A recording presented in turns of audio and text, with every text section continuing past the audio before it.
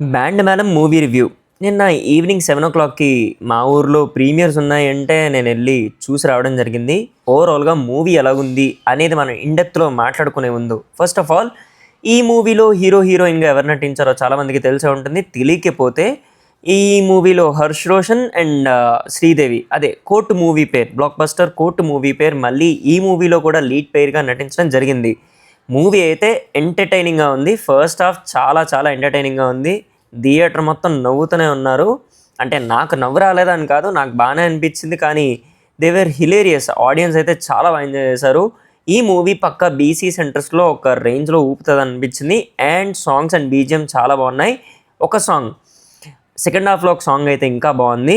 And ఇంకా coming to the second half కొంచెం clumsy అనిపించింది. కానీ క్లైమాక్స్ చాలా బాగుంది. డైరెక్టర్ కొన్ని చోట్ల ఇంకొంచెం బెటర్ రైటింగ్ చేసి ఉంటే బాగుండేది అని అనిపించింది. అంటే హీరోతో ఫాదర్ అండ్ మదర్కి చాలా ఎమోషనల్ సీన్స్ పడే ఛాన్స్ ఉన్నా కూడా వాటిని యూటిలైజ్ చేసుకోలేదని అనిపించింది. నాకైతే మూవీ ఓవరాల్ గుడ్, బాగానే ఉంది. ఫ్యామిలీతో వెళ్ళి చూడొచ్చు అనేలా అనిపించింది. సో ఒకవేళ మీరు కూడా బ్యాండ్ మేళం మూవీ చూసుంటే మీకు మూవీ ఎలా అనిపించింది కింద కామెంట్స్లో చెప్పండి, చూస్తా.